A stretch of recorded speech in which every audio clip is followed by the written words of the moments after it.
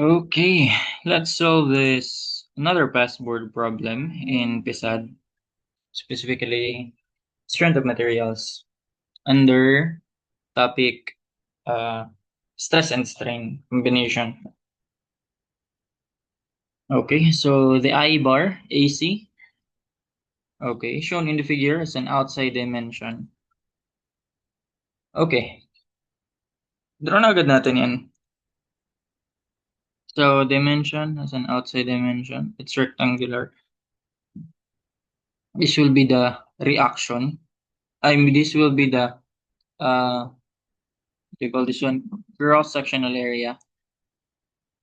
Oops. Mali.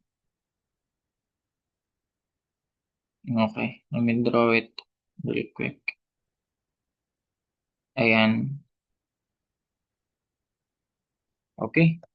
So, I bar AC, this one,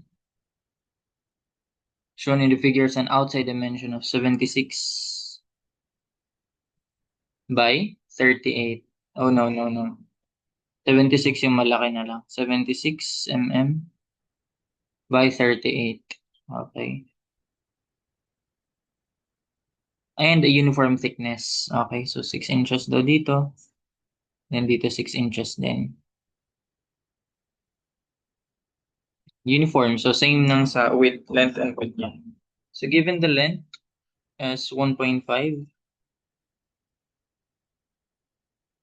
meters, then modulus of elasticity 200 gigapascals, and this one is 30 degrees. So we're asked to first calculate the maximum load, okay, without exceeding the normal stress in AC. Tapos AC yung gagamitin natin. So basically dito, this is just method of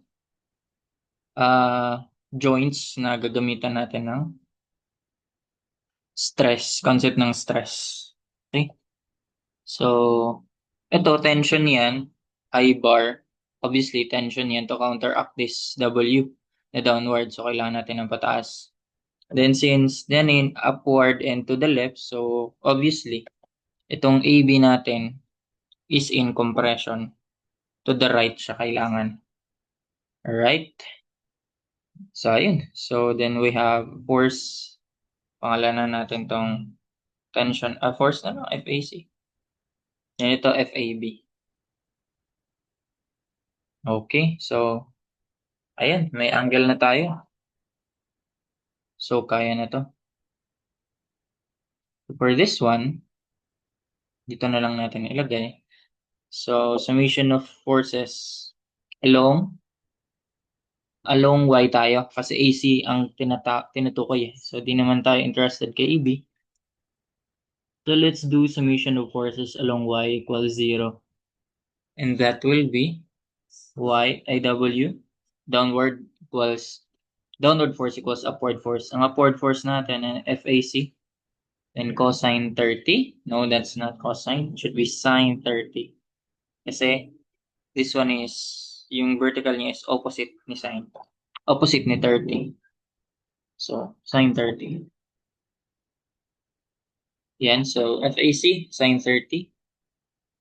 Okay, pero hindi natin alam yung value ni FAC pa. So, dun, gagamitin natin yung stress. So, stress, ayan na. Without exceeding the normal stress in AC. So, sigma sub AC, that is force over area, without exceeding daw. So, it's really legalistic. Without exceeding. So, it should be less than or equal. Okay? Maximum pwede niyang ma-achieve is yung 24 megapascals. And that's force over area, FAC, over area AC. Ayun, actually, kaya na ba? Pwede na yan. Pwede na yan erekta. Ayun, makakuha natin yung maximum load. Pero, tignan natin. Actually, kailangan pa pala natin i-check yan. Maximum load W without exceeding the normal stress.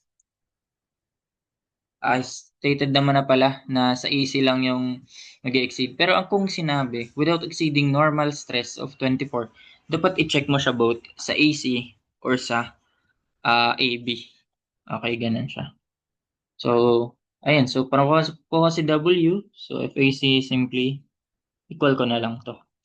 Sigma AC times AC. Area AC. Okay? So, paano yan? Actually, kunin ko muna yung dimensions nitong ano, pag binawasan ko ng 6. So, 38. So, 38, babawasan mo ng 6, babawasan mo ng 6, minus 12 yun, di ba? Minus 12. So, that's 20. 26 na lang to. And yan naman, 76 minus 12, minus 6 minus 6. So, that's 60, 64.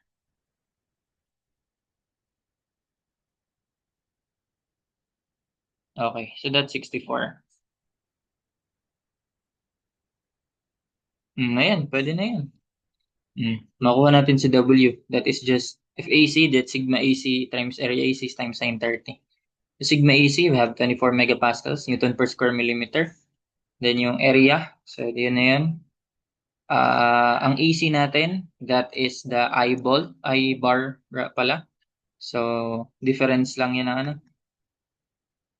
Difference lang yun na outer sa inner.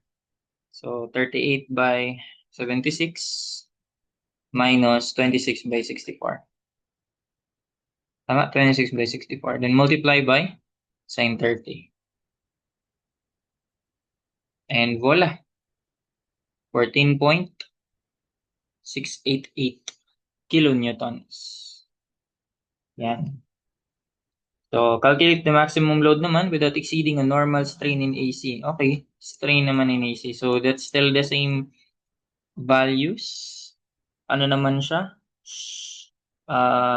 Isulat ko na lang din. Strain AC lang din. So, baka ano? Baka in this case, rigid pala yung AB. No? Hmm. So, ganun siya. Kasi may ibang case na hindi rigid ang AB. So, yun. May isang problem related doon. Sa another video na lang dun. So, that is still to FAC sin 30 pa rin to. Pero this one is about strain naman. Pag strain, strain is this one. Epsilon ba yan? Or ganito? I think epsilon. Let's do it epsilon. And strain at AC, that is equal to delta. The deformation, AC, all over the total length. Or original length rather. So, yan. Paano kung hinahanap natin yung strain? So, delta, mag-PL over AE ka pa. 'Di ba? So, paano yan? Pwede niyan erekta na sigma over E. No? Sigma over E. Pero since need natin makuha yung FBC, sige, isulat na lang doon natin. So, for for delta, it's PL over AE. Or F pala pangalan ko dito. Pinangalan ko dito. Force AC. Length AC. Over A. May L ka rin sa baba. So, F. Tanggal na sa L. AE na lang. Area ni AC. Then E ni AC. Obviously, force over area yan. So, stress yan. Kaya ang stress is just, ang strain is just, pwede ring stress over modulus of elasticity. Pwede rin yan. Pero since, hinahanap nga natin yung FAC, so, ayan gamitin natin. Again, without exceeding a normal strain of, okay, so less than ko to, less than equal, 0.002, 0.00, take note, tatlo pa lang zeros. Take note na unit strain is unitless, dimensionless, 0.002, ayun, millimeters per millimeter, so cancel lang yun. So, ayun, para makuha yan, that is just the strain times area times E lang din. So, yun. So, 0.0002. Tama? 0.0002. Yeah. Times area. Ito pala, in-store ka na, no? Area tapos E. Okay, for the area, so yun pa rin, 38 times 9, 76. Then minus 26 times 64. Then for the modulus of elasticity, ito ba yung 200? Ayun, 200 gigapascal. Still nga pala siya. So that's constant na. 200,000 gawin ko para maging megapascals. So ayun. Wait lang. Ayun, nakulangan pa ako ng sine 30. So sine 30 is just 1/2, no? Ayan. So that's 24.48. So FAC and FAC 0.002 tas A times E times sine 30. Then 24.48. Okay, so next, finally. Ang dalawa pa pala. So this one, kinuha ko to sa mismong CEREF. Ito nakita ko lang sa group. So nakita ko, Nov 2015 pala siya. Yan na yan mismo yung tanong. Hindi ko sure kung sa mismong board exam, pero yan yung nasa CERF. Science. If W is 80 kilonewton, what is the horizontal reaction at C? Okay. So, if given na, may given ka na W. Pwede ko ba yan hindi ko na maano. Sige. So, lagyan ko na lang ng value to. If W is 80 kilonewtons, so what is the horizontal reaction at C? That is one. May reaction tayo at C. Obviously, support yan. Meron talaga. Horizontal, ayan. Ba't wala? Ba't di tanong yung vertical?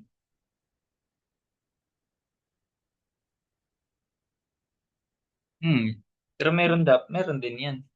Kasi, okay. So, may FAC tayo dyan.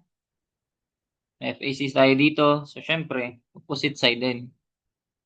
Equal din sila. So, ibig sabihin, nag-elongate. So, baka maisip nyo, ba't ganyan yung direction? So, parang compression yan. Paano yung sabing tension? Ito kasi, pag sa joint ka lang nakatingin. Pag sa joint ka lang nakatingin. Pag sa member ka nakatingin, may nag-extend din yan. So, ganyan. So, pag dito ka tumingin, ayun. Basta kapag away to the section ang arrow, so that's intention. So, ayun. That's it. So, para makuha yan, di mali pala assumption ko.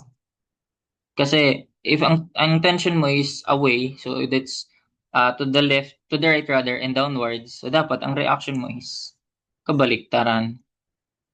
So, ayun, may downward din yan. So, ayun. Makukuha ba tayong FAC? Kung ginamit natin to. Ayun. Sige, solve natin. That will be summation of forces along ano lang din. Along Y. Ito na lang din, oh. 'Di ba? Yun din naman yun, eh. Kung aayusin natin, wala namang value kasi sa FAC dyan. So, if may value ka na ng FAC, so that will be, ang FAC natin, that will be W over sine 30. Yeah. And sine 30, that is just a half, di ba?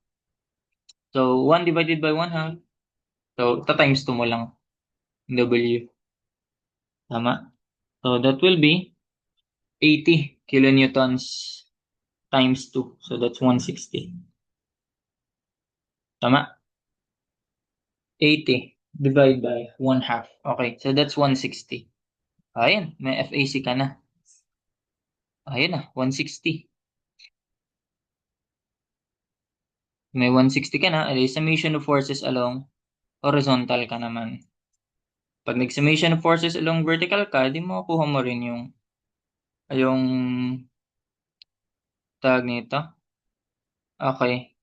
Ito muna pala inuna ko, no? Sige mo yung vertical displacement kasi mas complicated din yun. Sige, dito muna tayo. Then, try din natin kunin yung vertical reaction. Summation of forces along horizontal muna tayo. Equal 0. So, that will be, CX ko na lang to. So, that will be CX. And this equal to FAC. So, kung 30 yan, so that will be 60 to.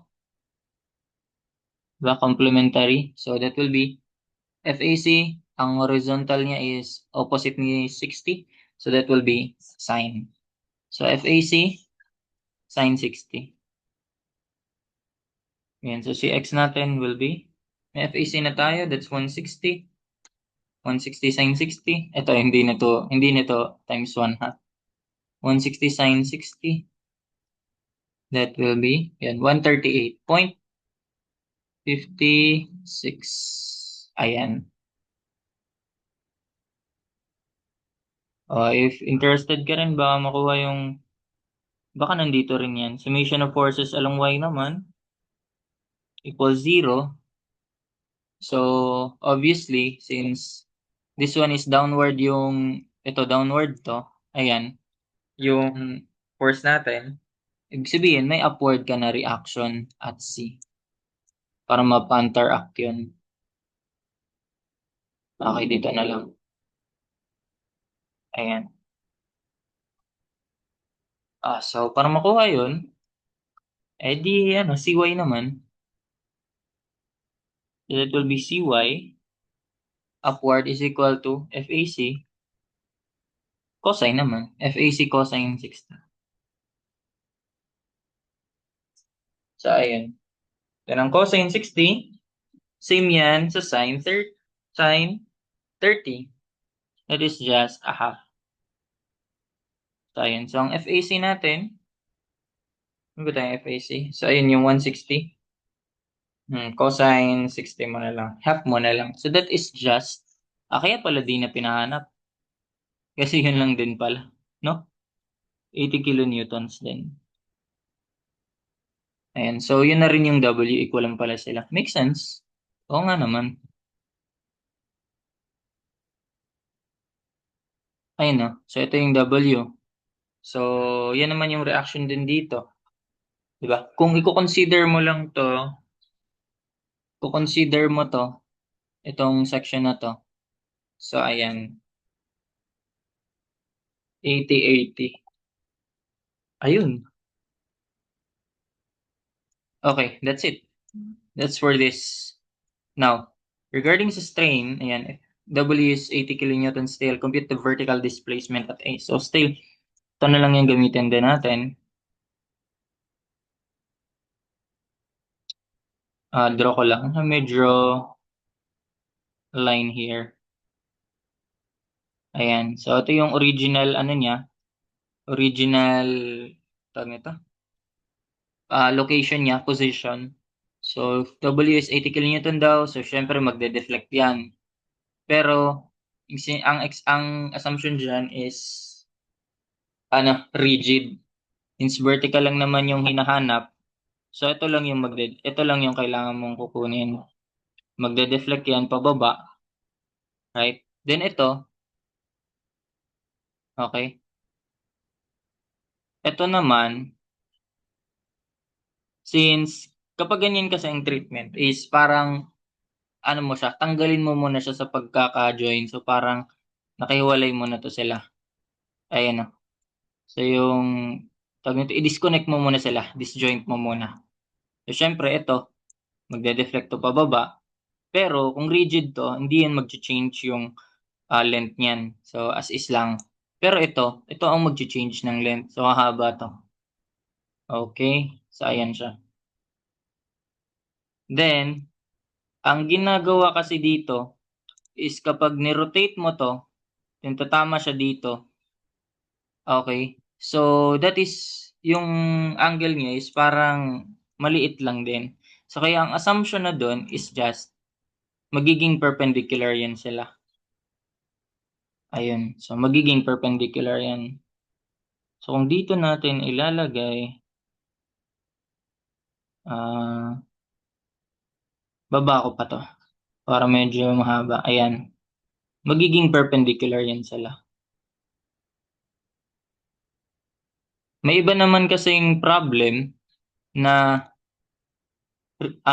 deformable.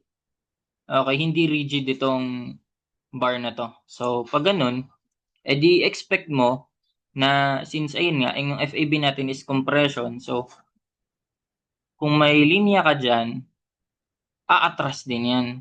Kung yung I-bar mo is mag-elongate, ito magko-compress. Okay? So, ayan, magko-compress, bababa siyang ganyan. Okay, tapos yun, pag in-rotate mo rin yun, ayun, mabubuo ka rin ng triangle din. So, ayun. So, in this case, rectangle lang muna tayo. Ay, ano muna tayo? Oops. Yung ano lang muna tayo. Isa lang muna yung hindi rigid. Okay. So, ayan, by vertical angle, so 30 degrees to. So, yung vertical angle, 30 din yun. So obviously, this must be 60. So, ayun. So, ano yung makukuha natin dyan? We're asked to solve for this. Yung ano, a vertical displacement at A. So, pangalanan natin tong delta V or delta E tas V. Sige, okay na yun. Delta V at A. Ayan, vertical displacement. So, yun yung vertical. So, yung straight line na yan. So, ito, makuha natin to by PL over AE. Delta to ng AC. Meron na ba to? Actually, hindi mo gagamit yung kanina. Kasi, ibang problem, ibang ano yan, ibang situation. So, naiba na siya. Di, ano na? Anong gagawin natin dyan? So, that's adjacent over hypotenuse, di ba? So, magko-cosine tayo dyan. Cosine 60 equals adjacent sigma A over, delta A over C over hypotenuse, delta V, A. So, para masolve natin si delta V at A, that would be delta AC over cosine 60. Ayan. So, ito yung ano, ito yung 1/2 lang din. O, delta AC lang yan. Plus times 2.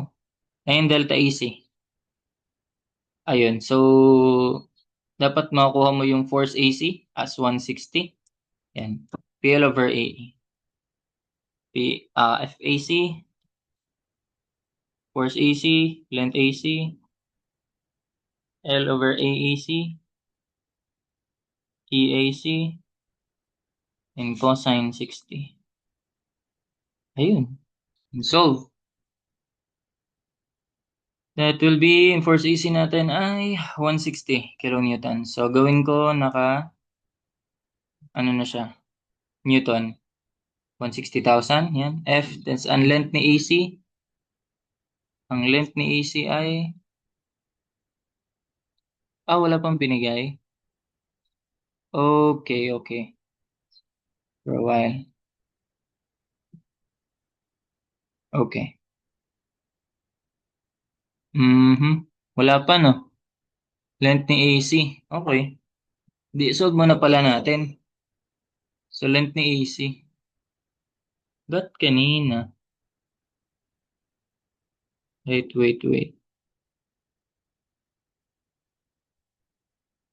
AB lang yung meron. For a while. Okay. Na-cancel pala kasi kanina. Okay. So, length AC. Hinahanap ko kasi naalala ko, may nagamit na nun. Na-cancel nga pala. Sige, length AC. So, that is just, paano? Ang meron ka is 30 degrees, then adjacent, hypotenuse, cosine din. So, cosine 30 equals adjacent, yung length, over hypotenuse, yung length AC. That is just L over cosine 30.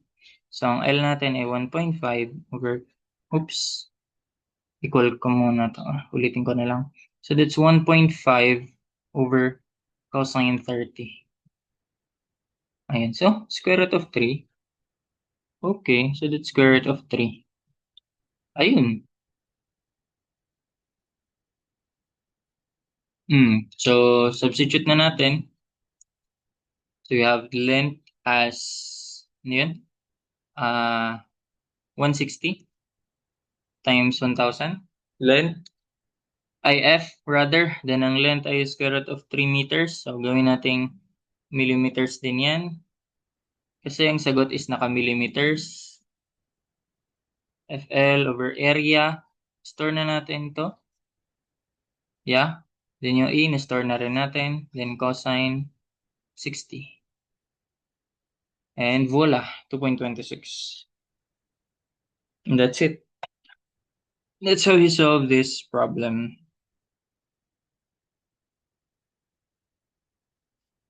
Pero kung ayun nga, kung if ever hindi to rigid, so given na compression si FAB, so compress to. Okay, so compress, aatras siya, magkakaroon din yan ng, then ito, hindi na yun magiging vertical. Magkaka-offset na yan. So hindi na to maging right triangle pala. Okay. Ah,